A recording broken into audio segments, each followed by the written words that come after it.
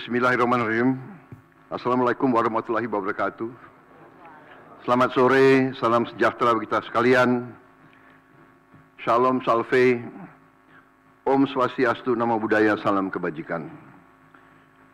Terima kasih saudara-saudara sekalian, teman-teman dari media, saudara-saudara sekalian.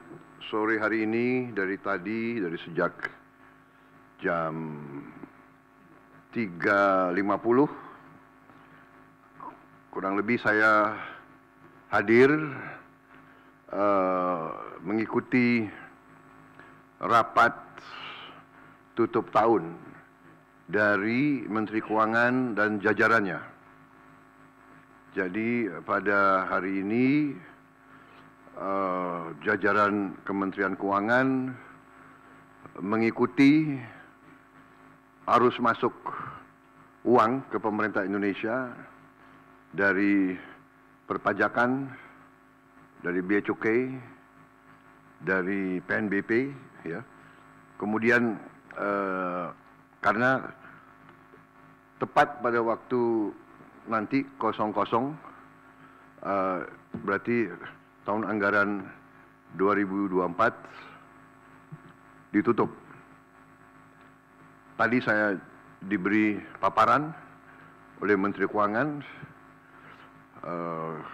pelaksanaan dari APBN 2024 dan alhamdulillah di tengah tantangan global yang penuh ketidakpastian, penuh ketegangan, penuh penekanan terhadap perekonomian dunia seluruhnya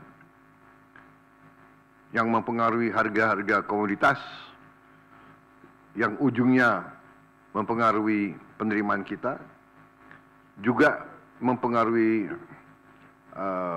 harga-harga minyak dan gas. Ternyata kita masih bisa mengelola keuangan negara dengan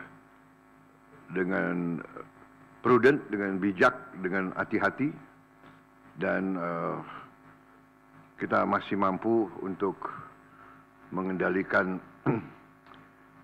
defisit kita dalam koridor yang masih cukup hati-hati dan cukup mampu kita kelola. Dalam hal ini juga saya kira ada baiknya juga saya menyampaikan beberapa hal tentang kenaikan tarif pajak pertambahan nilai PPN yang mungkin masih ada suatu keraguan-raguan atau suatu pemahaman, ya, yang tepat, sehingga saya setelah koordinasi dan diskusi dengan Menteri Keuangan dan jajaran beberapa kementerian lain, saya merasa perlu bahwa untuk menyampaikan sendiri masalah PPN 12% ini.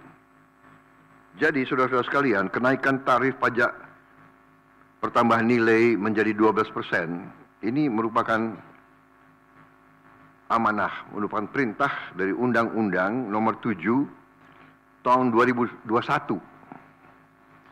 tentang harmonisasi peraturan perpajakan. Jadi, sesuai kesepakatan pemerintah Republik Indonesia dengan DPR tahun 2021, kenaikan tarif dilakukan secara bertahap dari 10% menjadi 11% mulai 1 April 2022. Ini sudah dilaksanakan. Dan kemudian perintah undang-undang dari 11% menjadi 12% pada 1 Januari 2025. Besok. Kenaikan secara bertahap ini dimaksud agar tidak memberi dampak yang signifikan terhadap daya beli masyarakat, terhadap inflasi, dan terhadap pertumbuhan ekonomi. Saudara-saudara, sudah merupakan sikap pemerintah yang saya pimpin, juga saya yakin juga pemerintah pendahulu saya, bahwa setiap kebijakan perpajakan harus selalu mengutamakan kepentingan rakyat secara keseluruhan, perlindungan daya beli rakyat, serta mendorong pemerataan ekonomi. Komitmen kita adalah selalu berpihak kepada rakyat banyak, berpihak kepada kepentingan nasional, dan berjuang dan bekerja untuk kesejahteraan rakyat. Karena itu, seperti yang sudah saya sampaikan sebelumnya dan telah berkoordinasi dengan DPR RI, hari ini pemerintah memutuskan bahwa kenaikan tarif PPN dari 11% menjadi 12% hanya dikenakan terhadap barang dan jasa mewah. Ya, saya ulangi ya supaya jelas. Kenaikan tarif PPN dari 11% menjadi 12% hanya dikenakan terhadap barang dan jasa mewah. Yaitu barang dan jasa tertentu yang selama ini sudah terkena PPN barang mewah, yang dikonsumsi oleh golongan masyarakat berada, masyarakat mampu. Contoh, pesawat jet pribadi itu tergolong barang mewah yang dimanfaatkan ataupun digunakan oleh masyarakat papan atas. Kemudian kapal pesiar, yacht, ya, motor yacht. Kemudian rumah yang sangat mewah, yang nilainya di atas golongan menengah. Artinya, untuk barang dan jasa yang selain tergolong barang-barang mewah, ya, tidak ada kenaikan PPN, yakni tetap sebesar yang berlaku sekarang, yang sudah berlaku dari sejak tahun 2022. Ya. Untuk barang dan jasa yang merupakan kebutuhan pokok masyarakat, yang selama ini diberi fasilitas pembebasan atau dikenakan tarif PPN 0%, masih tetap berlaku. Ya, saya ulangi, barang dan jasa yang merupakan kebutuhan pokok masyarakat yang selama ini diberi fasilitas pembebasan dari pajak, ya, yaitu PPN 0% masih tetap berlaku.